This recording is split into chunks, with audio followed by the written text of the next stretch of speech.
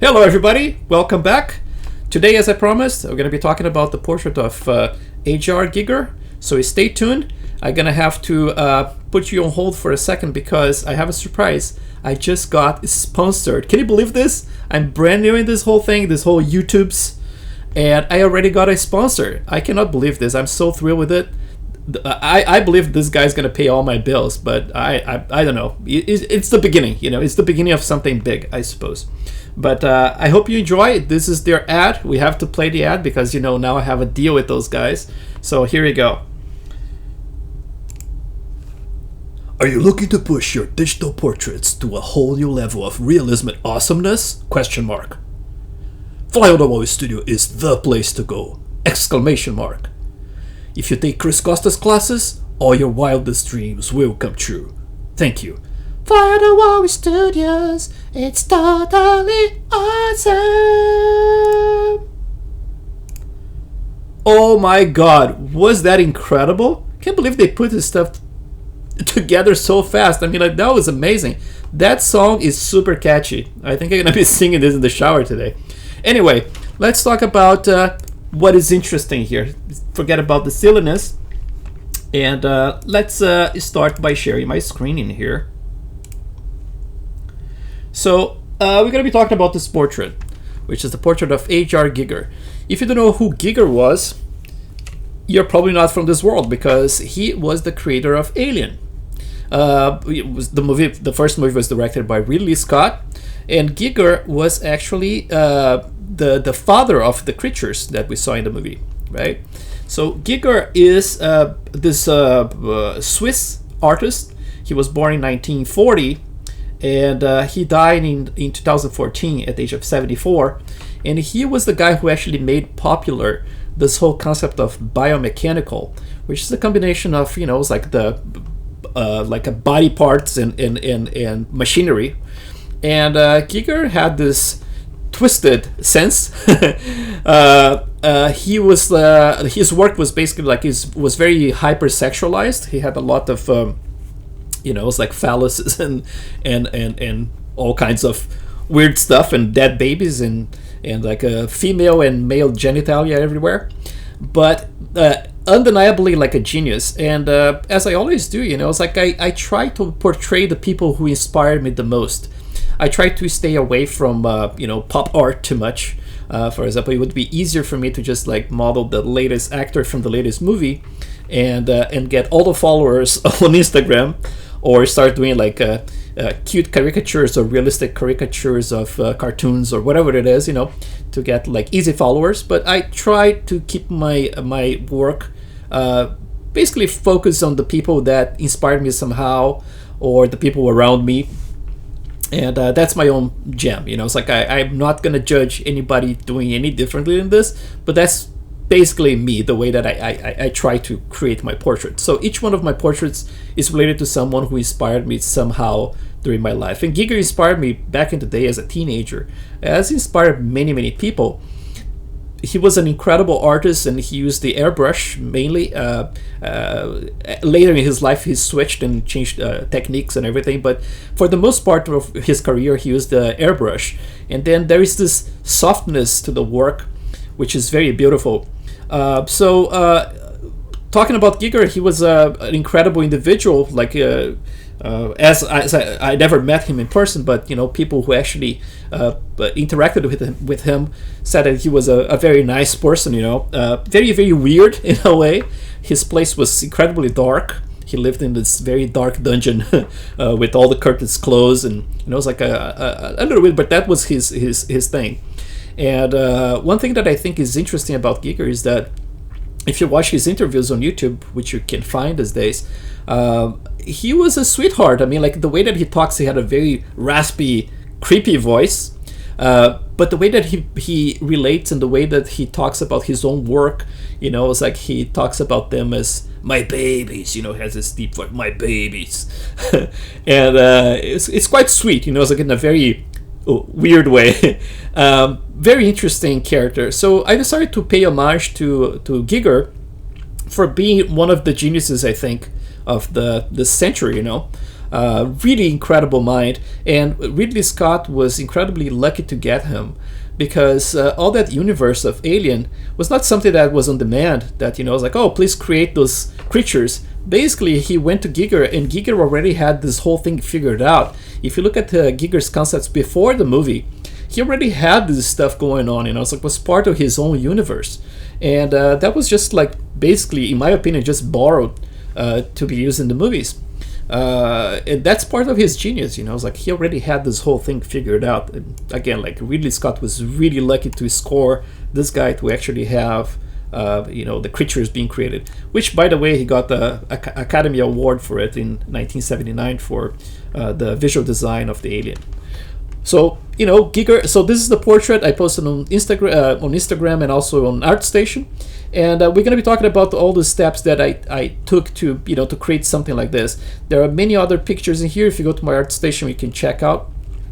And then there's a close-up in here. You can look as well, like this one of the eye. We're going to be talking about those elements as well. And again, not like in super detail because we don't have the time, but with the time that we have here, which is kind of short, let's say for how long this video is going to last. But yeah, I'm going to try to to talk the most I can about this whole thing. So the process starts like this. So first thing, let's talk about the file structure. So I have this file structure in here, as you can tell. It's a folder. I normally create a folder. I have my personal projects, and I create a brand new folder in there. And then for the most part, all those folders underneath it are created by Maya when you set up a project inside of Maya. So the folders that are not created automatically are this movies, I believe, of course, like the Z projects, Z tools, and also the references. So what I normally do when I'm creating something like this, I start by creating a folder called references, and then I try to find as many references as I can about the subject I'm creating. And the interesting thing about what I do is that I don't have like access to like super high resolution images at all. I don't have access to actual scans. I have a picture of a life cast in here, which I can show you. This one here. So it's a picture of a life cast. Let me just bring this to the other screen because it's popping in my other screen here. So things like that, like as a reference. But as you can tell, it's not even the age I'm looking for. And with age, there's a lot that happens. And also, there's another thing that happens is that those life casts, they don't represent like a perfect likeness. Because what happens is that when you have all this material pressed against the subject's skin, there's a lot of compression. And you end up like, obviously, you can rely on the bone landmarks, it's like the zygomatic and the bridge of the nose, things like that. But you cannot rely on the skin itself in the soft areas because there's a compression, So sometimes you look at this scan of a life cast and it doesn't even look like the person, So, but it's something that I collect. Obviously, I have to collect like all the pictures I can find of the subject. So those are the pictures I found on the internet, right? Nothing special. I look for pictures like this, have like a, kind of like a candid kind of lighting to see the it's like the forms a little bit better. I have lighting like this, which, kind of like a flashlight. And then I try to collect like everything I can, anything I can find on the internet. And they are super low resolution for the most part. And why is that? Well, my thrill is to actually create something that I believe it looks realistic at the end, but without having access to the full scoop. It's like when you work in visual effects, that you have access to all the scans of pores and everything. It's like you have like super detailed models, and you can just like extract that and then reproject to your model, and then you have like a replica of the person, right? Like you can use like things like texture XYZ to apply the materials and everything. But in my personal work, what I try to do is to actually idealize the likeness. And what does that mean? I mean, like it means that I'm not using like scans of any kind, and I'm relying a lot in my own on my own imagination, basically to create all those details. So what I do, I create some kind of like a generic skin I can use. And all the details I can see in the images like this, for example, like moles and you know, certain things about like the obviously his eyebrows have to be quite similar to what he has in here, but nothing is a one-to-one translation of anything. It's basically an exercise on likeness and observation based on this very, very crappy low resolution images that I can find. And then on top of that, I try to extrapolate that. So I try to get the primary forms and the secondary forms in place and try to find an expression that actually talks to me and something that, you know, speaks about like his character. So before I even start, I look at all of those and then try to capture something like that. See, like this one here is more about the lighting itself. You don't even see his eyes, right? But it's very interesting. I used this one at some point just to track down like the eyebrow volumes and other things like that. His cheeks here as well. And but you know, it's a matter of like collecting everything you can find about the person, because when we were talking about likeness, it's about a puzzle. You have to find all the pieces for this puzzle. If you don't have access to a scan, every time you change the position of the face, every time you change you know, the facial expression, the lighting, everything changes. So it becomes a puzzle because you keep chasing, you know, it's like you try to nail all those forms, thinking about that the lighting here represents those forms correctly. And then at some point you realize that certain forms that you believe to be concave are actually convex and vice versa. And then you only realize that when you have the same forms exposed under different lighting setups. So this is very interesting, you know, it's like this is a very long chase for the form. So the model changes a lot in the course of, you know, it's like sculpting it. And you have all those periods of his life, obviously, that he's older and he is more overweight, you know, and then all of that like plays into the final result and how you're gonna explore that, you know, it's like what age you want to represent. And yeah, so a lot of those are very informative. For example, like profile pictures, very informative to get like the shape of the nose. And obviously with age, a lot of stuff is going to happen. It's going to change here. The ear is going to keep growing, you know, it's like the nose is going to change shape as well, especially like around the tip in here. Some people get very, very large noses over time. And you have the sagginess happening with eyelids. And you know, it's like the everything, you know, changes with age, as you can tell, right? So so I start with this, collecting all the references I can find, and I put everything in a folder called references. And then I go to Zbrush and I start sculpting based on those references. I try not to use any blueprints, and I try to freeform sculpt everything at first. I can just, like, you know, for the sake of it, I can show you this one here, which is a quick movie. Let's see if this one is this one is the super slow version of it. This is the fast version of it.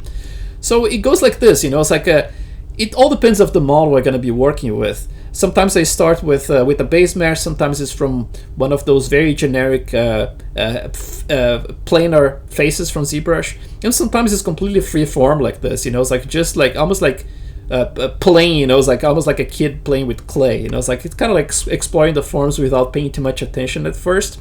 So I start with the sphere in this case here. Sometimes I start with a cube. It doesn't matter.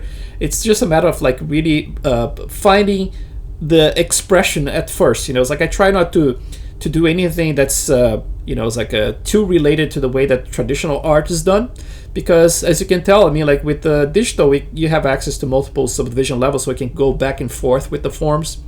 And that gives you a lot of freedom to create things and move stuff around and change the forms even after you added a lot of the more detailed stuff, you know. So I start with this. At the end here, you have something like this. I use like some clip brushes and planar brushes to actually just get like some of those planes in place. And it's just a sketch, trying to capture a little bit of the essence of the character. It's not just like, oh, I'm just going to do the primary forms and that's it. And then from here, I'm going to move to the secondary forms. No, I put together primary and secondary at the same time. And I just lay down everything because all those forms are interdependent. And like I said, with the digital, we can actually do this without any concerns. You know, it's like if the primary forms are not nailed just yet, at any time you can go back to it and just adjust it and go back and forth between primary and secondary with no problem whatsoever, and even sculpt both at the same time, like I'm doing here. So it's this is a fast sketch. That's normally what I do, like in my first day of my classes online. So I do a sketch like this just to start from, and then you start building the whole process of like sculpting the model itself.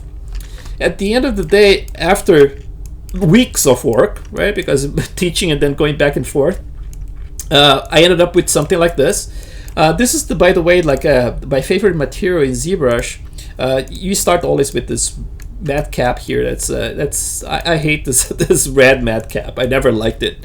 So I always switch back to this basic material. That's from the old days of ZBrush 2.5D or something. Like this is like I'm talking about like 20 years ago. So this is still my favorite material, but I use some tweaks. So if you go to your material here, you can actually go to your modifiers, and you can crank your specular first. So I'm gonna crank this back in here, something like this. You can increase your diffuse as well, get a little bit brighter, not too much, but something like this.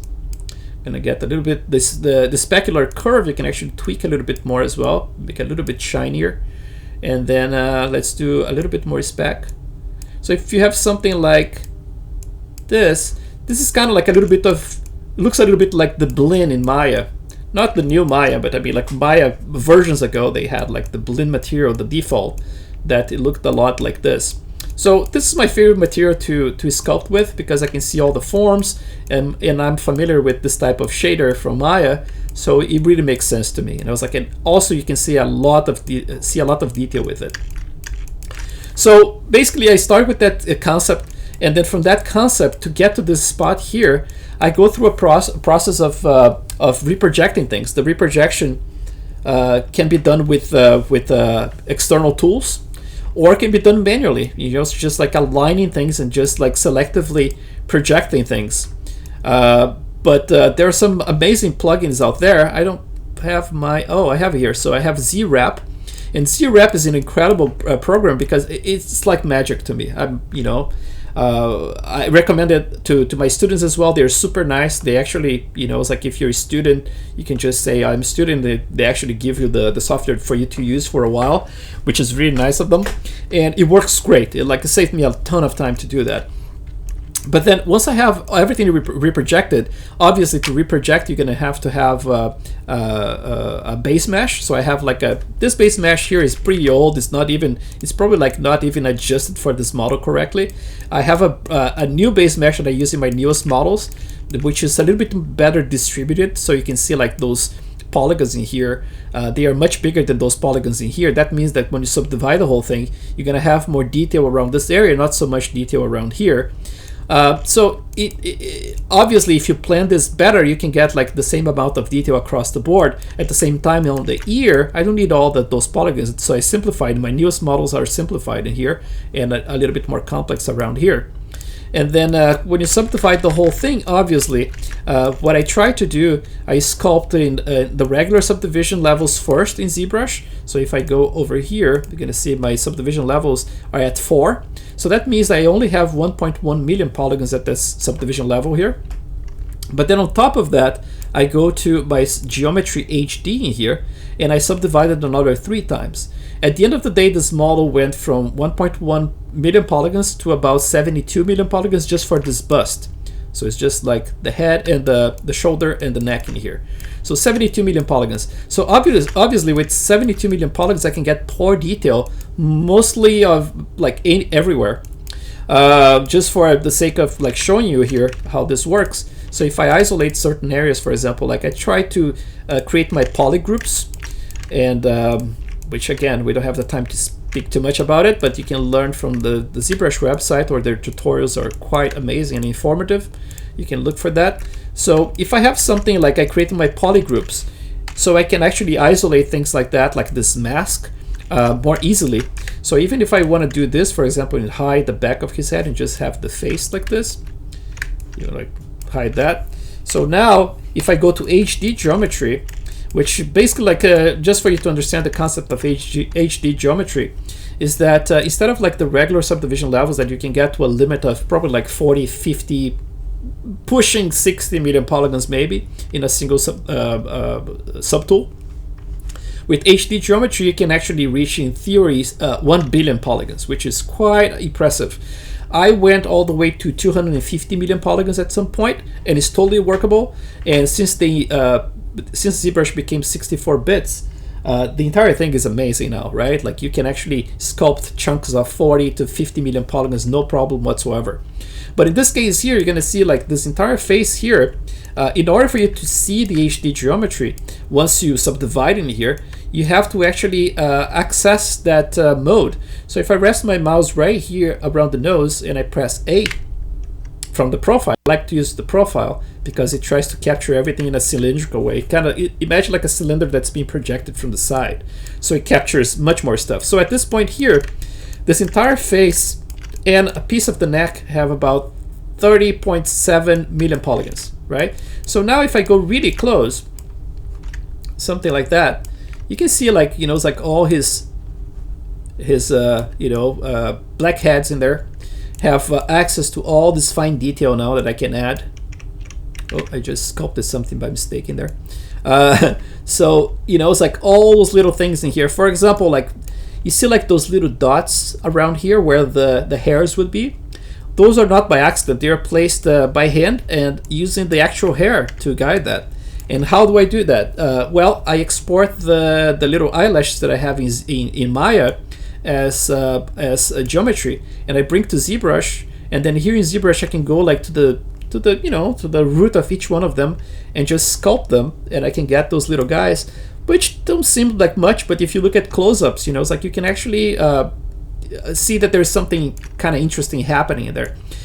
In terms of the detail and how far you want to go with the detail, it all depends of your objective, you know. It's like you don't need to go super high detail like this every time if you're not planning to render close-ups like this, you know. And this model here was kind of like I started from another model, so some of the stuff was kind of like, see, like this area is a little bit more smooth, and it's kind of like it's not one of the models that I use for my classes. So those ones I normally try to do everything from scratch to show my students, but this one was kind of like repurposing. I believe I started with my Dick Smith portrait, and then sculpted a lot on top of that. Obviously had to erase a lot of stuff, but at least the base color for the skin was from that portrait, right? If I switch here to the flat color, you can see this is the albedo color, the way it was painted. So I use a lot of custom brushes. I don't use anything commercial, and everything is either like from ZBrush brushes or something I created on my own. Those little blood vessels in here, the micro veins, I actually created by using a picture I found on the internet of lightning. So like it was a night sky, you know, it's like with some lightning happening, and I captured that and I used the lightning actually as micro veins. So we can actually be creative with that, right? This is one of the brushes I didn't create by hand. I actually repurposed like pictures, but with something completely unrelated to skin, right? So yeah, I like this kind of stuff. It's almost like the approach I have for everything I do digitally. It's almost like out of my frustration not being a traditional sculptor and painter, and then I try to emulate a lot of those steps during my process, like sculpting things and painting things, you know. I try to do everything by hand, not because I want to show off or anything. It's just because it's my thrill, you know. It's just my thing about like feeling more connected to traditional artists by doing things in the hard way, you know, instead of like the easy way. But in terms of how much you learn with this, it's incredible. I mean, like in the final result, you know, it's like when you see something fully rendered that looks realistic out of something that you created with your own hands, you know, it's like there is always this reward that I believe is interesting. And also the style. Every time I sculpt anything, it can be like a tiny little wrinkle or anything, everything is controlled and is based on my own bias. I spoke about this in my previous video. It's based on my own bias, you know. It's like there's style in there. There's the way that I pressure the tablet to create the wrinkles, you know. It's like it's all pressure sensitive and everything. So there's a lot to talk about, like style that's translated to each one of those strokes, and they are not going to translate to anyone else. It's going to be something that's very unique from me. If another artist does that, even though they're taking my classes or something like that, they're going to come up with their own way of creating it, because they have their own handwriting, they have their own expression with their hands. The gesture is different, and the gesture is going to carry that style a lot of times as well. And then the style is going to come from the type of lighting you prefer and all kinds of different things. But so in general, that's like the approach I have with ZBrush. I'm going to be talking about in detail all this stuff I just show you guys, but again, I have to keep moving on to go to the next steps in here. So once I have this completely sculpted and I have already a model with UDIMs and everything, I can show you in Maya what kind of UDIMs I have right now. Then I can export this to Maya for rendering. So I start with the base mesh, and then so a base mesh first, then I sculpt freeform in ZBrush starting with the sphere or whatever object you want to start from. And then once I have a sculpture that looks okay-ish, it doesn't need to be finished or anything, I project that to my topology, and then from that point on, I keep iterating on it.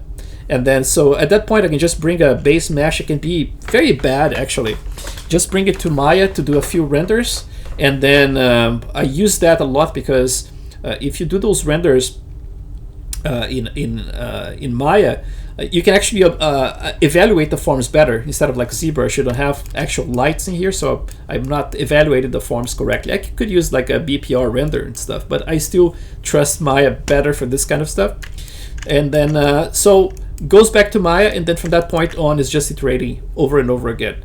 Let me just show you like the maps I'm using here. So I paint my maps in here as well, and then for the albedo color, everything is painted inside of HD mode. So if I do a preview in here, you're going to see that there's a lot of resolution. So that means I have 72 million polygons worth of resolution in here to work with albedo color.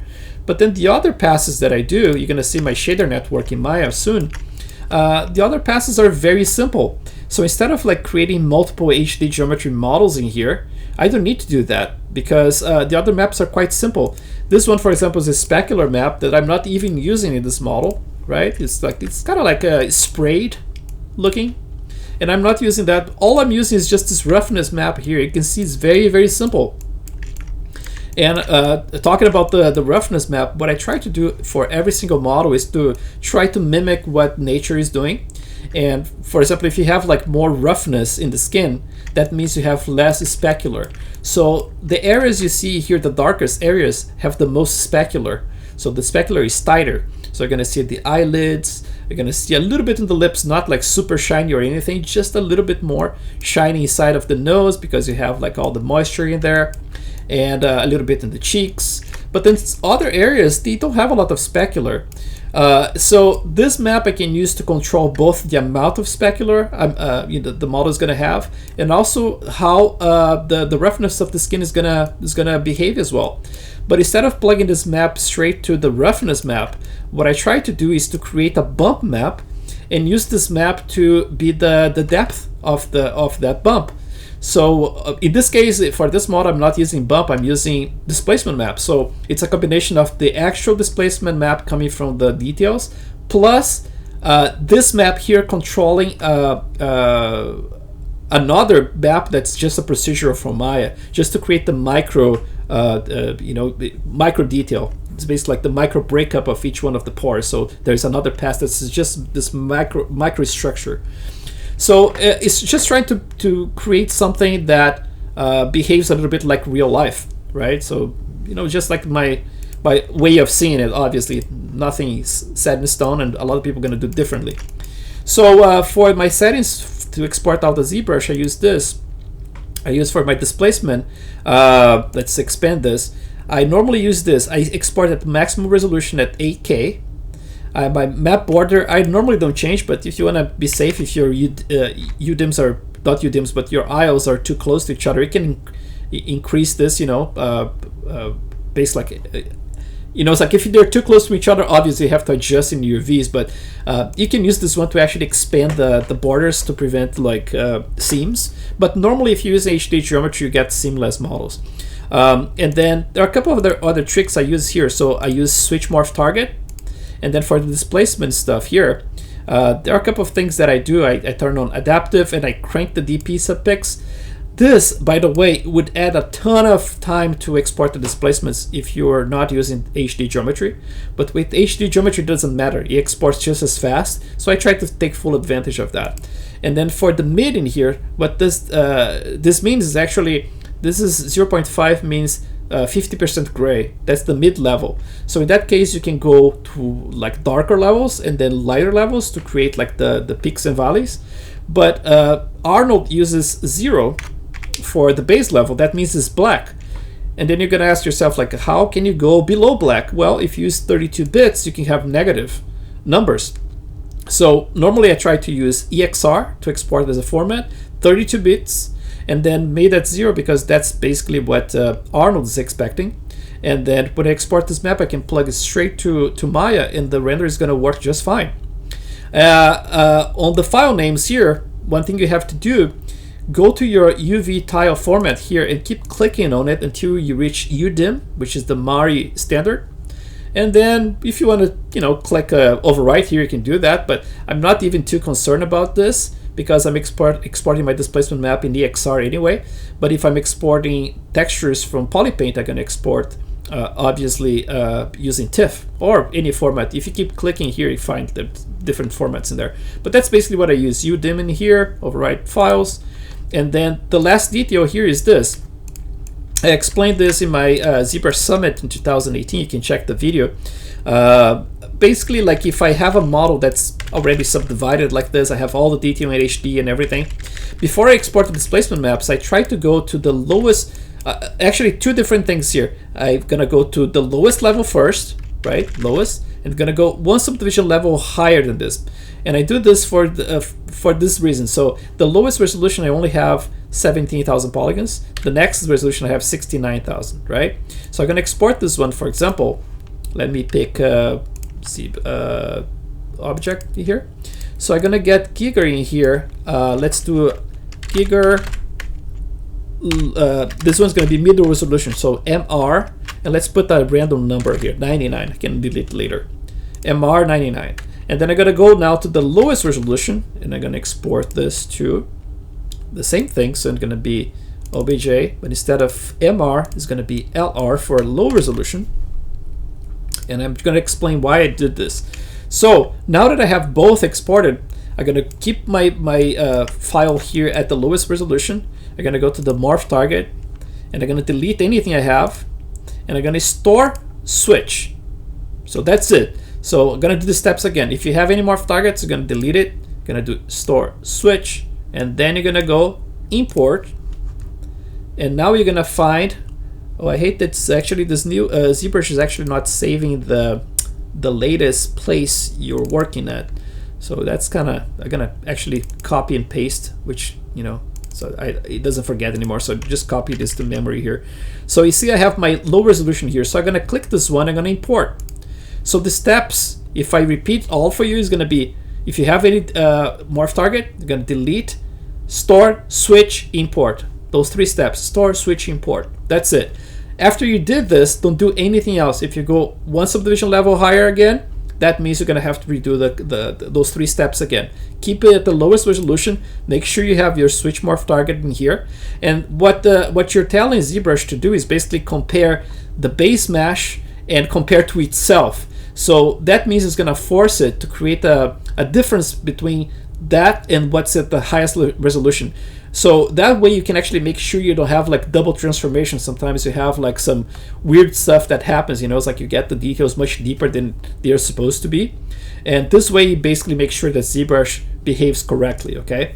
Don't ask me the logic behind it. Ofer came up with this idea. He explained to me on the phone when I had this question, and it made sense at the time. And I always use this since, and I have always had like good results after that. So that's good.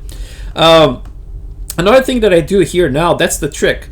Remember that I exported the mid resolution and the low resolution as well, right? So the low resolution I used to create the morph target I just created here. But now I'm gonna use the subdivision level 2 to export the displacement maps. Why am I doing this? Well, because instead of rendering the model and bringing the model at the lowest resolution in Maya, I'm actually using the second resolution, which is this one here. It's the subdivision level 2, which is the 69,000 polygons I mentioned before, not the 17,000, that's 69. And I do that because since I'm gonna be grooming, I like to have more polygons available so I can actually paint masks and create my grooming that way. and also have the hair to conform to the surface a little bit better without the need of using a displacement to deform the hair, which is supported by XGen, by the way. So I do it this way. So from now on, if I export the maps in here, you're going to export in relation to the second subdivision level. So it's going to simulate as if this model was generating displacements starting from the second subdivision level. So if you apply this subdivision, displacement maps in the subdivision level 0, which is this one you're seeing right there, it's not going to look correct. You have to apply those displacement maps. They match the subdivision level 2. So that's what we're going to have to do. So if I go now to Maya, and then here in Maya, let me just show you what I have. So I have my model in here. So that's you know, using the, I have like actually the textures turned on in there.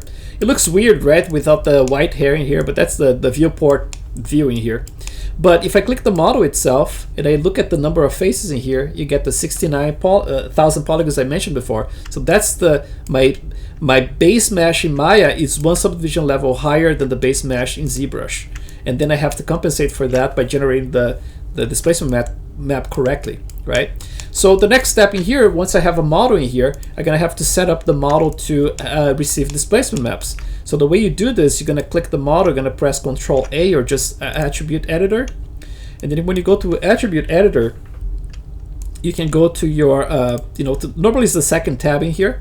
You're gonna see there's an Arnold tab, and then if you click that one, you're gonna have access to a lot of information about Arnold here. And then the first thing I do, I normally set the SSS, which is the Subsurface Scattering node in here. I give a name. I normally use shared SSS. And then this only works for a few types of algorithms for the skin. It doesn't work for Random Walk 2, for example, but if I decide to switch to a different one, it's going to work actually. And what this does is if you have like multiple models under the same set, it scatters basically, it thinks that all objects are part of the same object, so the scattering looks correct. You know, it's like the transitions between one object and the other one don't have those harsh dark lines. You know, it's like it's a much smoother transition. And then for the subdivision, I normally use iterations. I start with 3 to test things, and I don't go further than 4. So I keep at 4. I use Catmull-Clark. I use Rastering here, or Object. In this case, it's in raster. If for some other models I use object, I didn't see a lot of difference, but I might be, you know, not seeing as I should. But I didn't notice a lot of difference. I normally use object actually. I don't know why this one is set to a raster, but it works fine. And then here it says like pin borders, and it shouldn't be like this. It should actually be the linear one. I don't know what's going on, because maybe this is an old file, I'm not sure. But if you have this smoothing it linear, that means that it's taking everything that's coming from Zbrush, and it's considering that Zbrush is not smoothing the UVs. So, you know, it's like it brings everything linear here and just works. So I'm gonna switch and just like keep like I normally use, which is like this. So Catmull-Clark, 4 iterations. Obviously, if you have a model that your base mesh is much higher than this, you're probably not going to need to use like 4 iterations. You probably can get away with less than that. And then for the displacement attributes, here is the height. You can actually tweak. You can crank the displacement to a higher number. I would recommend to do this under the shader instead of here, but you can do it here. I did this before as well, including in my classes. I cranked to 1.1, for example, to add like, you know, 10% more displacement if you look at it a bit too smooth at the end. And then there's this other thing here that's called the auto bump in Arnold, which is quite amazing. And what this does is this. It tries to recreate all the detail that comes from those beautiful HD geometry maps by using bump maps. And it's done on the fly. You don't need to worry about anything. You just turn this on. And then as long as you have in your render settings in here, if you have under your, let's see, adaptive clamping advanced, so if you have use auto bump in SSS in here, that means that the bump map that's going to be calculated at render time, it's going to scatter. So basically you're going to get a ton of detail. Everything is scattered correctly. This takes a long time to render. So it says there, see, like enabling this checkbox triples shader evaluation in SSS. So you have to be careful with that. But if it's a final image, I would recommend using it. For my settings, since I'm here, This is basically all I have for the model, by the way, in terms of displacement. And this I'm going to have to set up for each one of the models that are receiving displacement maps in the scene. So each one of them going to have those settings in here, especially if it's coming from Zbrush, all the displacements. Now for my settings for rendering, this is kind of like my final render settings. They render in a reasonable speed. I mean, like my machine suffers a little bit and is a very fast machine. Arnold's not very well known for being super fast, and unfortunately the GPU render, I don't have enough GPU in my graphics card to handle those scenes. They're too big, over 25 gigabytes for sure with everything loaded. So yeah, the machine suffers a little bit, but to render the scene I use those settings, so like 6, and then diffuse I normally use between 1 and 2, so in this case I'm using 2 in here, 3, basically like I normally use 1, 2, 3, and 4 to make things easier, but here I'm using 2, 3, and 4. And I try to use 4 for subsurface scattering just to prevent noise, but you can actually, the noise that comes from the subsurface scattering, but you can do like lower than this. There are all kinds of combinations, it's like you can try in here, but those are the settings I normally use. And I'm using some adaptive sampling here, which is basically automatically can go all the way as high as 10 anti-alias subdivisions, and I'm using the threshold is slightly different from the original one. So it kind of like, it's like it finds the pixels in a slightly more broad way instead of like being too picky about them and being too slow. So this one speeds up things a little bit. And then for the camera, 10, right? So another thing that I do for my filter, if you try something like Blackman Harris or some other ones here, Cat Rom, you're gonna get like sharper results. So you're gonna get like much sharper pores, for example, when you render. But at the same time, it's counterproductive, because what happens with the pores, the skin has this glow to it. It's like you never see the skin super dry unless you're covering dirt, right? So you kill the scatter, and then all of a sudden you can see it looks very rocky surface. But when you're talking about like a skin that's a clean skin, it has this glow to it. So if you crank it's like the sharpness of the skin too much, you end up with a result that looks very artificial and very rocky.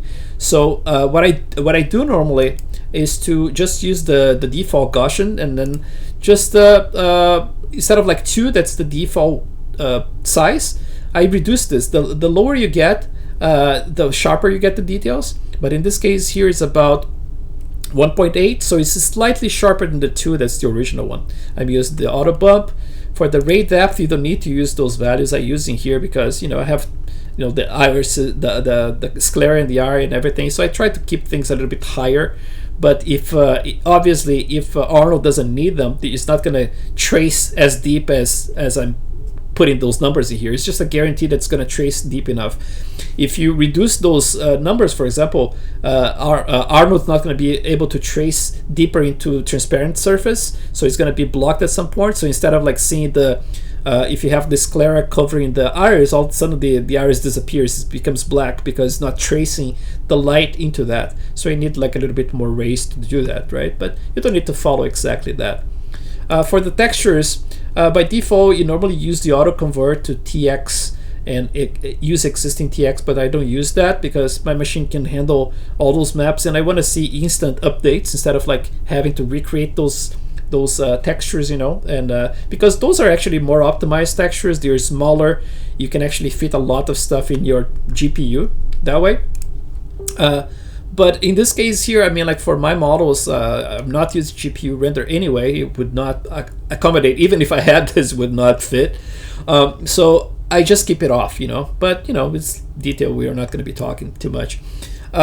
For the common here, I'm using, it's like I tend to set things, for example, like a multiple angles I want to render. So I create like things like this. I put like different angles I would like to try to evaluate the form. And then the way I do this, I just spin around with my camera like this, right?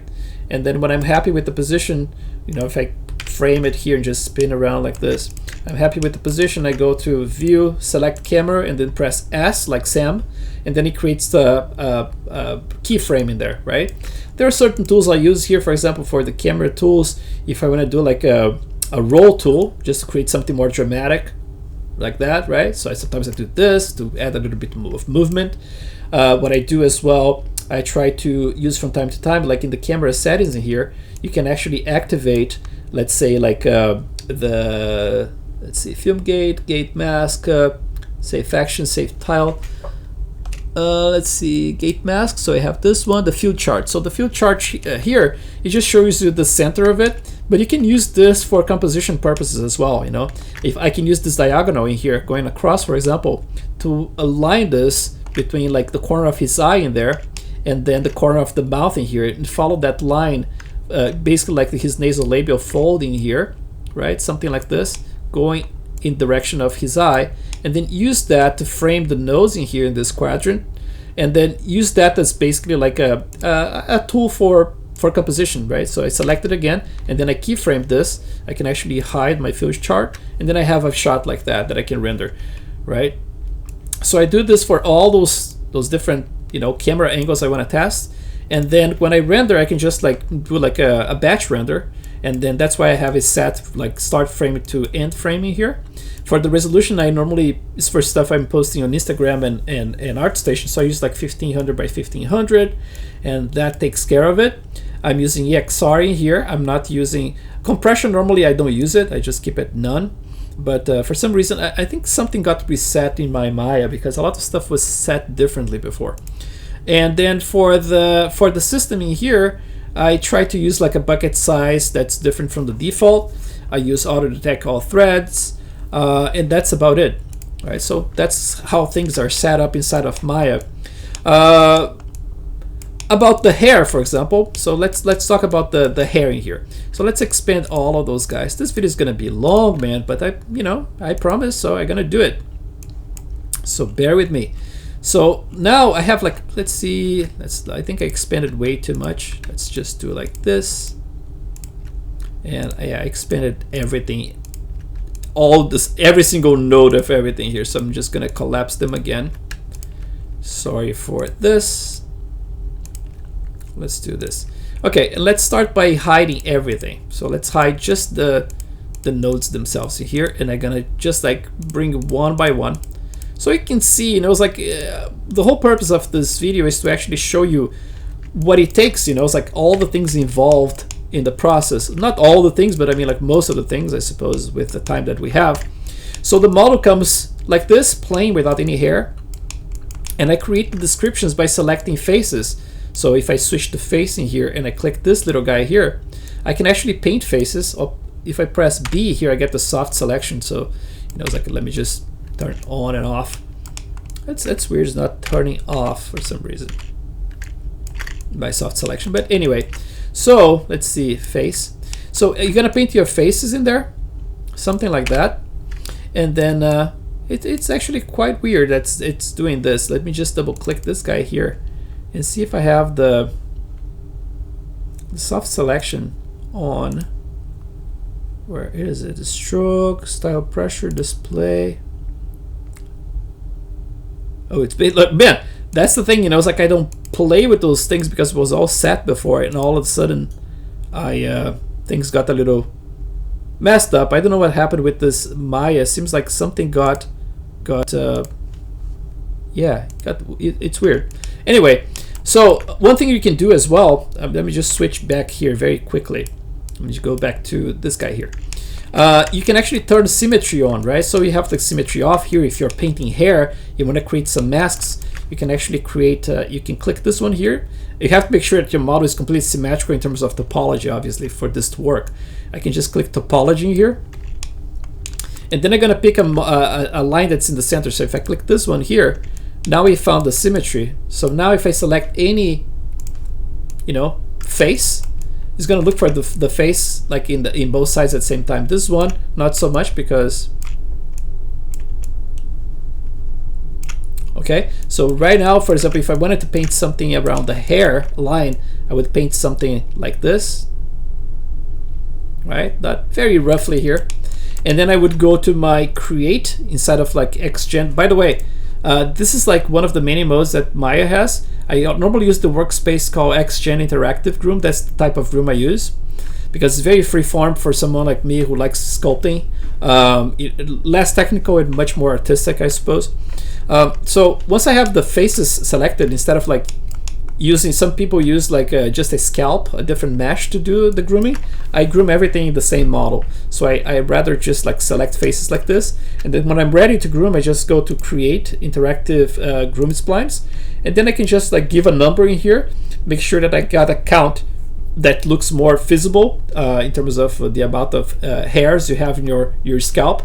You can look for that information online, by the way. You can find like 150,000 polygons probably for the whole hair. There's like numbers for example, eyelashes. So you get like 150 at the top and then 75 in the bottom, things like that. You find this information online. And then once I create the groom, obviously I'm going to start to brushing things and making sure that everything looks correct, sculpting things in fact. But again, like, it's going to be hard to show this in the video, so I'm just going to show the result of each one of those passes. Let's start with the suit in here itself. So if I just switch my shader here, you're going to be able to see, for example, I have some fuzz in the shirt. So I have all this fuzz in the shirt, all done with XGen. I have the fuzz in the suit as well, right? When you look at the renders themselves, like if I switch to this one here, and you get something, let's see, let's get this one. Yeah, even this one here. So let's see if this one you can see any of that. I mean, it's so subtle. Let's try to zoom in here. Yeah, you see the hair in his neck in there, but unless it's in focus, yeah, you see a little bit of the fuzz right here.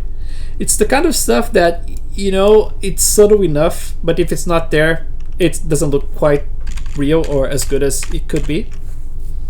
So I ended up like, I always end up like doing this kind of stuff. So this is for the suit. So very simple, selected all the faces and just like added the fuzz in there. Like you have to define obviously what's the width for the fuzz. So in this case here is very small, and then from here we can move on to the hair. For example, the eyes. Let's go to the eyelids. So I have like the eyelashes upper. So I have groomed both sides at the same time, right? They are asymmetrical, by the way, but it's like in order to create them, I select the edges around the eyelashes, the eyelids, and then right at the edge I create them. I hate the kind of like a doll looking, so I normally try to create select multiple edges in there, multiple faces or lines of faces or how you call like loops, multiple loops, just to have a little bit more expanded, so you have like the hairs going a little bit up and down instead of like just a simple line, right? And then I have the lower ones as well. And again, like using lots of different tools. If I expand each one of those, you're gonna see I have sculpt layers in here, I have clump, I have noise, sometimes multiple layers of noise, So it's a matter of like, it's like observing reality and trying to copy and emulate some of that, right? So if I go to something like this page here, it's the kind of stuff you find on Google. You can look at any of those eyes in close-up. If you type like eye close-up, you find something like this, and then you're gonna see like the type of clumping that happens if it has makeup. Then you're gonna add the makeup and make it a little bit more crunchy, not so transparent or translucent, should I say. So yeah, at the end of the day, it's about observing and trying to emulate what you're seeing, right? Then I go to the face here. I have the stubble, so I have the stubble placed in here.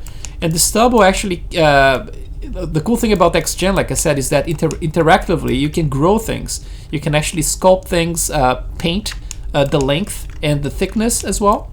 So let me switch to the shaded mode here. So in the shaded mode, you can see the color in there, and also the profile of it. So when I sculpt something like or when I place something like the stubble, I try to keep the very edges of it, the very tips of them square, because you tend to look at something that is being trimmed, and then if it's trimmed, I mean it doesn't develop into a little point. So I keep it like kind of like a square at the very tips of those little guys, right? And then so this is the first step, and then I have like the cheeks hair. So like I have those little guys here in his cheeks. As you can see in the model, when I go back to Giger here, you see like very subtle as well. So right around here in his cheeks, you see those little hairs in there. So that's what I'm trying to recreate, you know. It's like a kind of like a little piece that he missed the shaving in there. I kind of like missed those areas as well because I'm getting old now. And now I'm getting old since I was born. Anyway, so goatee, enough with the goofiness. So I have the goatee in here, which I add a little bit more than the peach fuzz itself. Not the peach fuzz, but the stubble itself.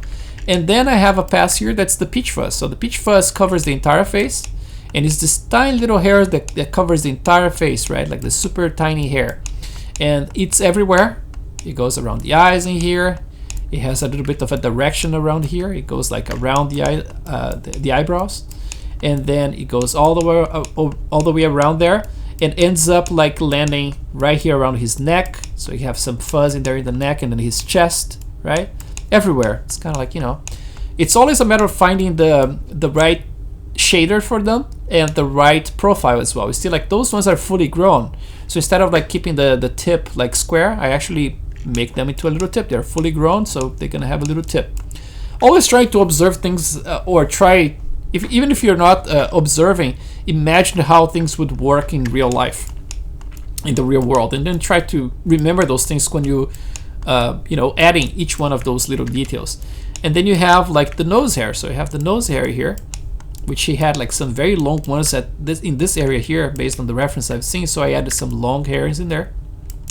So you get that, right? It's plenty of, like, his face is completely covered in hair at this point, right?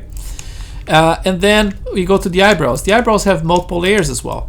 I don't like just adding one layer because you don't have a lot of control. So if I show you just like the main hair, it looks like this. Let me go back to another shader here. So this is the main eyebrow, right? But it's not enough to represent what I wanted.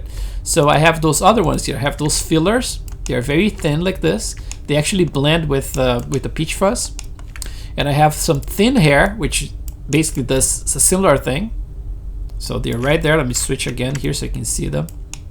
So they look like this, like very, very pale. So those are fillers and very thin hair. And then combined with the main hair, it looks like this. Switching back here again. So those are both combined. And then I have some flyaways. Those guys, see, they are thicker and they are more rebel. Just like me, such a rebel. And then, you know, you have those other ones here. They are white. They are white flyaways. So why do I have all of those guys? Well, because it's very hard to control things if you have just a single description, because you have to just imagine, like, to create all those variations in color, you would have to, if you want to have like absolute control, you have to actually nail the root of each one of those to create the different color you want to give. But if you place them by hand, you know exactly where they start and where they end and what color they are. So that's why I opted to do this way, you know, to have like more control over the whole thing. If I want a white hair right here, instead of like trying to paint a map to match that little specific hair, I just add a white hair right there and that's it, right? So easy peasy. So then I have obviously the chest hair, which is very fast to do. It looks really good in the render, but it looks quite bad in here. But I didn't spend more than maybe like 5 minutes doing this, so I didn't care too much. It looked good in the renders, I just kept it. And then I have this pass here that's called hair blenders. What the hair blenders are, I just select the faces around this this mask, and those are very, very thin hairs like that, and they actually help to blend with the longer hair, with the default hair. So if I show you here, I'm gonna start with the sideburns. So the sideburns, I actually, another thing that I do is just like I did with the eyebrows. Sometimes, depending on the model, I split the hair in multiple parts. Instead of having just one single groom for everything, you're gonna see I broke up everything. I have like the sideburns separate from the left, from the right, from the top. So the sideburns, now I have this control, and I know that I can actually brush them to go behind the ear in here. I start with guides first, and then after the guides is just like hand sculpted. And then I have everything much more control in there. And then on top of that, I'm gonna have my left hair. So you see, like, it's mostly on the left in here, But at the same time, let me switch again like to this shader here so you can see. Mostly on the left side, but I also capture a few of them in here just to go and move over, come over this way here. You're gonna see in the final hair how it looks like. But you see, like, so I got like the sideburns separated from this left side. Then I have the right side. If I switch to this one here, I have the hair here on the right.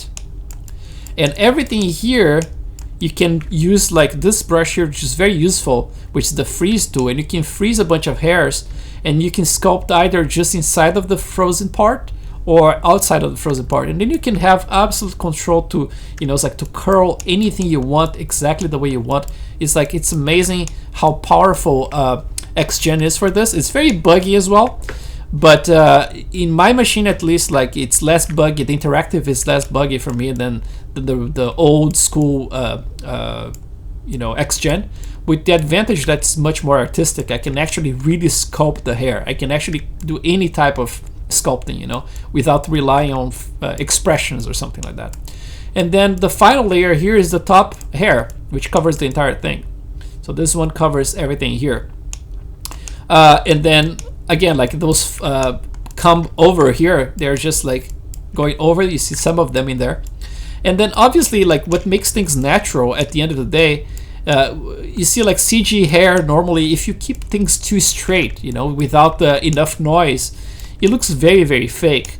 And if you don't have flyaways, things that just like are messy like that, because in real life things are messy, right? Just look at my life, it's a mess.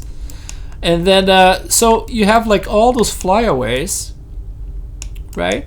And those things actually add to the final render. When you look at something like this, you're not gonna see too perfect of hair, you know. It's like, obviously he had like a thin, very, very straight hair, so I'm not gonna go crazy with the noise to the point that destroys it. It doesn't look like it's a straight hair anymore. But he has to have enough noise to break up things, you know, so I can have enough flyaways to break up the silhouette as well. So same thing from the front in here. You see those ones that look kind of like thin and straight, right? But you have plenty of noise going on around there. And this is the same philosophy I use for everything. Things are basically fractals. Everything, when you see form, is fractal. Like in Zbrush, when you're looking at the forms in here, that's why I even tell my students, you know, it's like, it's hard to classify things and separate things into primary, secondary, and tertiary forms, because when you look from a certain distance, everything turns into something else because it's a fractal effect. If you look at the model itself like this, I can tell you that, you know, yeah, the primary forms, you're gonna be like the main forms you're seeing. If you squeeze your eyes, like if you squint, you're gonna see the primary forms in there. But then you're gonna have the secondary forms, which were, you know, it's like those other overlaps that you have in here, some folds and, you know, it's like some fat tissue and things like that. And then you're gonna have your tertiary forms that are the very, very fine detail, you know, it's like the pore detail and all that stuff. But imagine that you go to a distance like this, and now you're seeing just the eyelid, right?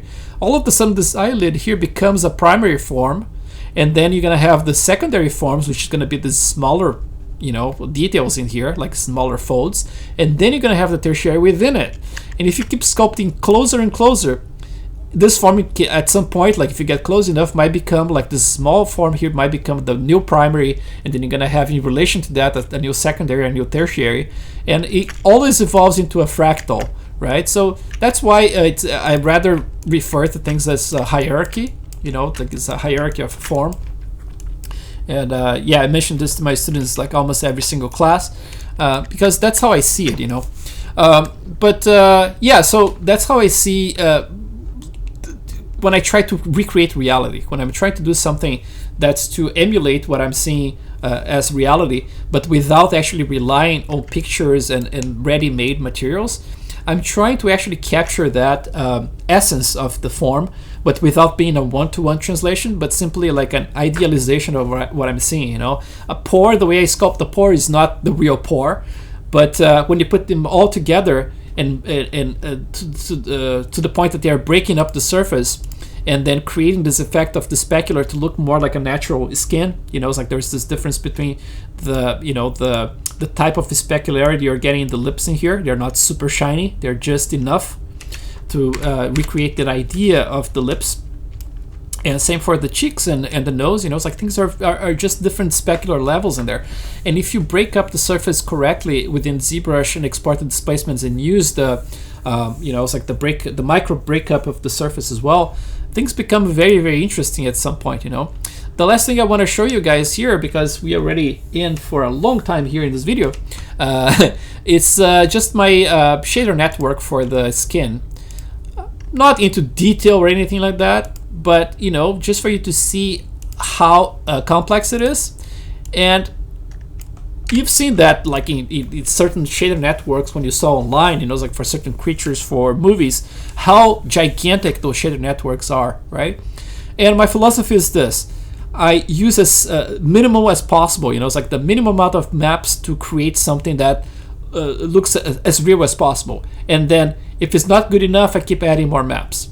But at some point, I got like this this little shader network here, which is very simple. There's not a lot of maps assigned to it, and it works just fine. You know, it's like you at the end of the day, it's all about the final result, right? When you look at the final result, does it work? If it works, why you have to complicate things, right? So that's another thing I try to explain in my classes. You know, it's like try to keep things simple and just add on demand. So basically what this is just like the skin shader here, using the, I use Random Walk 2 from Arnold. And then the roughness map in here, you see like it's applying multiple places. I use the roughness map for the roughness itself of the coat. And I use the roughness map for the coat in here. And then let's see for the, let's just go back in here. For the specular, I don't even have, in this case here, in this model, anything assigned to it. It's just a regular specular. And the way that the reason I'm doing this is because this is specular here. You can see that the roughness is very high. I'm just using this as a pass of sweat. It's a sweat pass, basically. So it's an overall pass that goes across the entire model. I could filter this and use different weights in different places, but you know, it worked just fine. So I just kept it this way. Again, the spirit of keeping things simple and lazy. And then for the code, then in this case, yes, I'm filtering things and doing differently. Then I have my color map. So I have my color map in there.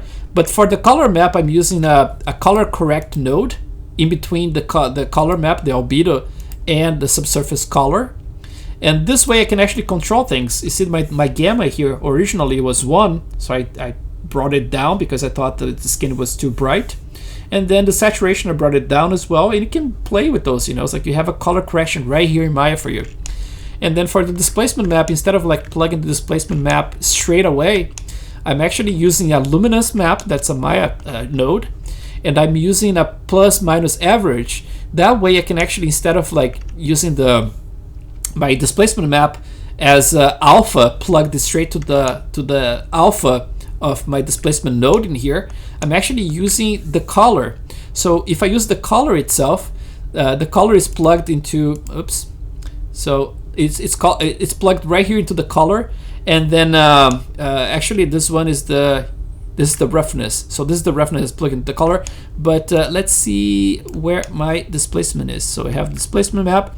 It's coming from here. So this is my displacement map right here. So this one plugs into this input 3D here, number 1. And this other one here plugs into the 3D 0. And I'm using a cell noise. And all this is doing is basically like why I'm using this whole thing here. The philosophy is this: I'm trying to combine different displacement maps. This way you can actually combine multiple displacement maps. You can even have more channels if you want to. It just adds render time, obviously.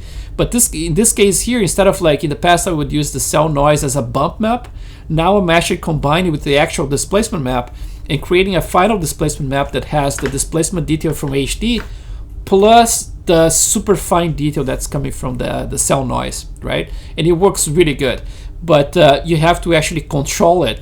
And the way I control it is by using this roughness map here plugged into the color of the cell noise. So if I expand my cell noise, it's plugged right here. You see the color right there? And then the amplitude of it, like how dense it's gonna be, how it's gonna mix with the displacement map, I control with the amplitude in here, right? And this is how many times it's gonna, it's funny because if you add scale, so if you increase this number, it gets smaller. That means it's repeating this pattern more and more times, the cell noise. And for the parameters, I use something like this: noise 1, number of octaves. Additive is actually off, and then those are the parameters I'm using here. And then plugged in here for the color, it's basically the same roughness map, is a copy of the roughness map that I'm using, which is the intention is always to create this. You saw how it looks like in Zbrush, right? It looks like this. Let me turn on this. So basically, the principle here is this. So if it's like a dark color like this, it's gonna have like a shallower or a smaller bump, and if it's like wider like this, it's gonna have more bump. So that way I can control how deep or not the cell noise is gonna be affecting the displacement map itself, and that way I can actually control the whole look of the skin. So as you can tell, like it's basically like this shader network. If you simplify it, I have the same map, roughness map here, applied once, twice, 3 times in here. So that's the same map. And then I have a color map, so this is the second map, right? And then the same color map here is being applied to here as well, right? This is the albedo base, like the albedo is being used here and here. So there's 3 maps. And then the 4th map is the displacement map. So with 4 maps, that's all I'm using here. You can create this entire shader network plus a little help of the, from this cell noise, which is a procedural from Maya. So very, very simple stuff. And at the end of the day, that's it. You just, like people used to think about the computer graphics. You just put a bunch of stuff in the computer, and then you press a bunch of buttons, and voila, you got the realistic model in there. But anyway, guys, I hope you enjoyed this. Sorry for being a goof sometimes, but that's how I keep myself entertained. It's like life is hard enough the way it is. But I hope you enjoyed this. It's like I'm planning to do more of those, like opening some other models, and like I said, like in the future, maybe exploring deeper. It's like each one of those steps, going deeper into them. Before I go up, let me just go back here very fast because I forgot to show you. Yeah, I don't. Let's just do this. I forgot to show you the way that my UDIMs look like. So like under modeling, let's see, UV editor. So my UDIMs right now, they look like this. Very simple stuff. I have like 5 UDIMs, and you see like the model is split right in the middle of the face, and I don't give a, I don't care, because with HD geometry, you're not gonna get seams anyway. So you can split the model the way you want. So I have the face split in half here. My latest model, I actually have it completely symmetrical, which is easier to, if I wanted to paint something in Photoshop, for example, and flip around, I could. But in this case, it's just like 5 UDIMs. And those 5 UDIMs are basically, each one of them is receiving an albedo map and a displacement map that's basically 8K. So each one of those is an 8K map. With that, I can recreate like the 70 million polygons that I have in Zbrush with a lot of polygons to spare at the end of the day. All you have to do is to make sure that your UDIMs are sufficient to capture all the details you're getting from HD geometry. Otherwise, it's going to be a waste. If I had those maps in 4K, probably I would not get everything that I would need. But yeah, that's the last thing I want to talk about. So I hope you guys enjoyed this one, and I hope to see you next time. So as usual, click subscribe. It's like the whole thing that the YouTubers do, right? Like I'm one of them now. I'm such a YouTuber.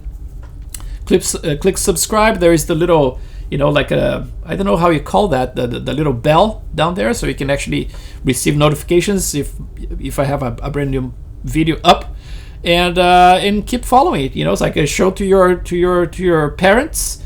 Tell them there's a new comedian in town, and and he can do some CG.